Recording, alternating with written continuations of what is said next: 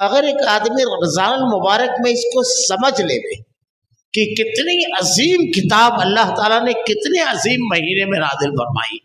قرآن کریم کے بارے میں ایک چیز لوگوں نے لکھی ہے کہ اگر یوں صرف سرسری غور کرو قرآن کے بارے میں کہ اللہ تعالیٰ نے اس کو جس مہینے میں نازل فرمایا وہ مہینہ مہینوں کا سردار، جس رات میں نازل فرمایا وہ رات راتوں کی سردار، جس نبی کے اوپر نازل فرمایا وہ نبیوں کا سردار ہے، جو اس کو لے کر آیا، جو فرشتہ لے کر آیا جبرائیل امین وہ فرشتوں کا سردار، اور جس امت پر نازل ہوئی اس کو اللہ نے کہا کنتم خیر امہ.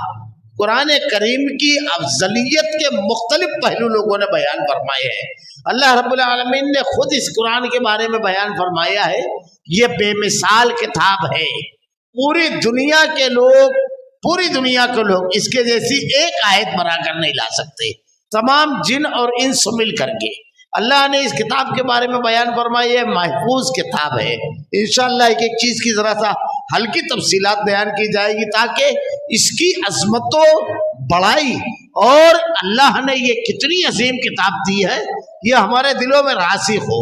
سب سے پہلی چیز اللہ رب العالمین نے اس کے بارے میں ارشاد فرمایا ہے اِنَّا نَحْنُ نَزَّلْنَا الذِّكْرَ وَإِنَّا لَهُ لَحَافِظُونَ.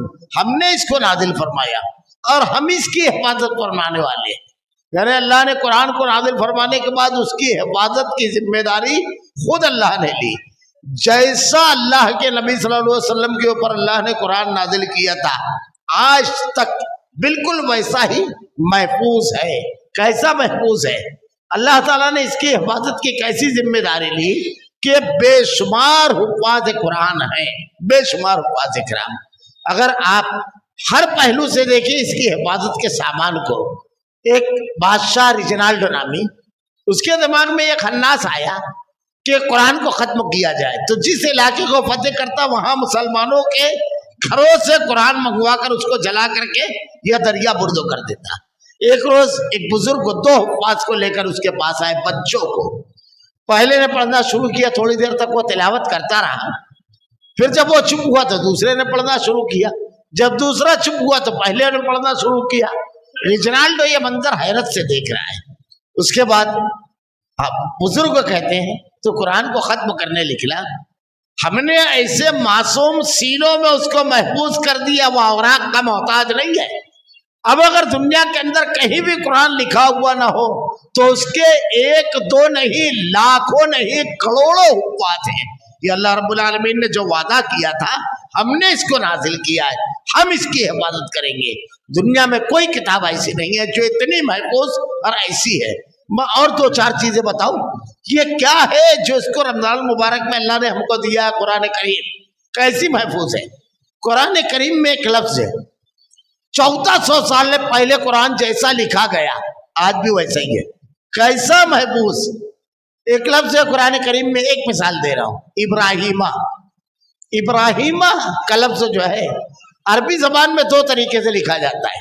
ایک اس کے لکھنے کا طریقہ یہ ہے کہ ہے کے نیچے زیر ہوتا ہے اور اس کے بعد یہ ہوتا ہے، اس کے اوپر جزم ہوتا ہے اور پھر اس کے بعد میم پر زبر ابراہیمہ. ایک طریقہ اس کا لکھنے کا ہوتا ہے کے نیچے کھڑا زیر ہوتا ہے اور اس کے بعد یہ نہیں ہوتا ہے پھر میم ہوتا ہے. یہ 2 طریقہ ہے. آپ قرآن کریم اٹھا کر دیکھیے سورہ بقرہ اور سورہ آل عمران میں جتنا بھی ابراہیمہ کا لفظ آیا ہے وہ بغیر یہ کہ کھڑے زیر کے ساتھ لکھا ہوا ہے. اس کے علاوہ جتنا بھی ابراہیمہ کا لفظ ہے وہ یہ کے ساتھ ہے، کھڑے زیر کے ساتھ نہیں ہے. اور یہ بھی ایک بات سن لیجئے کہ استنبول میں حضرت عثمان کے دور کے لکھے ہوئے قرآن میں ایسی ہی کتابت ہے اور آج تک دنیا کے تمام خطوں میں موجود قرآن ایسا ہی پایا جاتا ہے. کیسی محفوظ کتاب ہے. ابھی پچھلے دنوں ایک خبر آئی، جرمنی کا ایک آدمی، اس نے جب یہ سنا کہ قرآن 1400 سال سے لے کر آج تک کے اس میں ایک نقطے کی تبدیلی نہیں ہوئی تو اس کو عجیب سا لگا. اس نے کیا کیا، دنیا کی مختلف کتابوں کے 2 ایڈیشن 400 کتابوں کے جمع کیے. 2 ایڈیشن. ایک ایڈیشن کہا جاتا ہے جب پہلے کتاب چھپتی ہے اس کو، جب وہ ختم ہو جاتا ہے اس کا اسٹاک تو دوبارہ چھپتی ہے تو اس کو دوسرا ایڈیشن کہا جاتا ہے. 400 کتابوں کے. حیرت زدہ رہ گیا وہ. کوئی ایک کتاب ایسی نہیں تھی جو دونوں ایڈیشن ایک جیسے ہو. ایک ہی کتاب کے دو ایڈیشن میں فرق ہو. 400 کتابیں. اس کے بعد اس نے قرآن کریم کے 400 نسخے دنیا سے جمع کیا. ہندوستان سے، پاکستان سے، انگلستان سے، افریقہ سے، عربستان سے، ہر جگہ سے. جرمنی کا آدمی وہ 400 نسخے جب اٹھا کر دیکھتا ہے تو ایک نقطے کا فرق نہیں. اسی کی بنیاد پر اس نے اسلام قبول کر لیا. حیرت زدہ یہ ایسی محفوظ کتاب اللہ رب العالمین نے 1400 سال پہلے کہا اِنَّا نَحْنُ نَزَّلْنَا الذِّكْرَ وَإِنَّا لَهُ لَحَافِظُونَ. ہم نے اس کو نازل کیا، ہم اس کی حفاظت کرنے والے ہیں. یہ بے مثال کتاب ہے، بے مثال. ایسی کوئی کتاب نہیں. صرف آیت کا ترجمہ پڑھ دیتا ہوں، اس کی عظمت ہم کو سمجھ میں آئے. کون سی کتاب ہے جو اس ماہ مبارک میں اللہ نے نازل فرمائی؟ اس میں کیسے احکامات ہیں، کیا باتیں بیان کی گئی ہے قرآن کریم میں.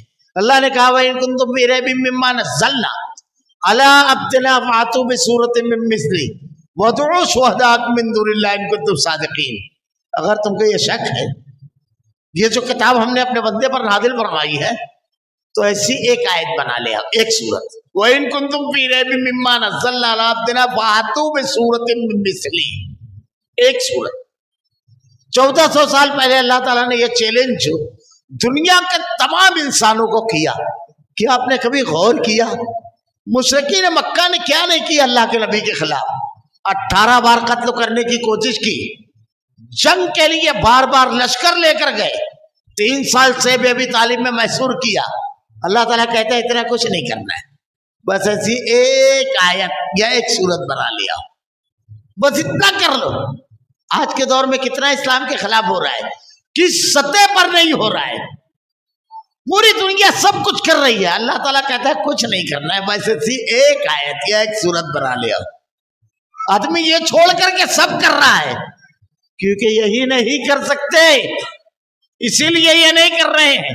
1400 سال پہلے اللہ نے کہا قُلْ إِنِ اجْتَمَعَتِ الْإِنسُ وَالْجِنُّ، تمام جنوں اور انسانوں کو ملا لو. ایسی ایک آیت ایسی بنا کر لے آؤ، ایک سورت. اللہ رب العالمین نے ارشاد فرمایا. بے شمار واقعات اس سلسلے میں. عنایت اللہ مشرقی صاحب نے بلاغت کلام کی بحث کرتے ہوئے ایک مقام پر لکھا ہے کہ ایک مستشرق کے ساتھ بیٹھے ہوئے تھے، کسی چیز کے بڑے ہونے کے بارے میں عربی جملہ کہنا شروع کیا تو 23 جملے انہوں نے بنائے. انہوں نے کہا ہم نے اتنے بنا لیے. اب قرآن کریم کی سورہ قاف کا ایک چھوٹا سا ٹکڑا سننے. جہنم قیامت کے روز جب بھر دی جائے گی، اس سے سوال کرے گا اللہ رب العالمین، تو وہ کہے گی حل من مزید. یہ جملہ جیسے ہی مولانا عنایت اللہ نے کہا، وہ مستشرق عربی زبان کا ماہر اپنی ران پر پاؤں رکھ کر کھڑا ہو گیا اور بولا اس سے بلیغ جملہ نہیں ادا کیا جا سکتا. یہ بے مثال کتاب، ایسی ایک آیت اللہ نے کہا تمام جنوں اور انسانوں کو ملا لو، ایک بنا کر لاؤ.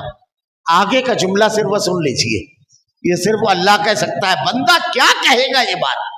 یہ بھی قرآن کی اللہ کی کتاب ہونے کی دلیل ہے.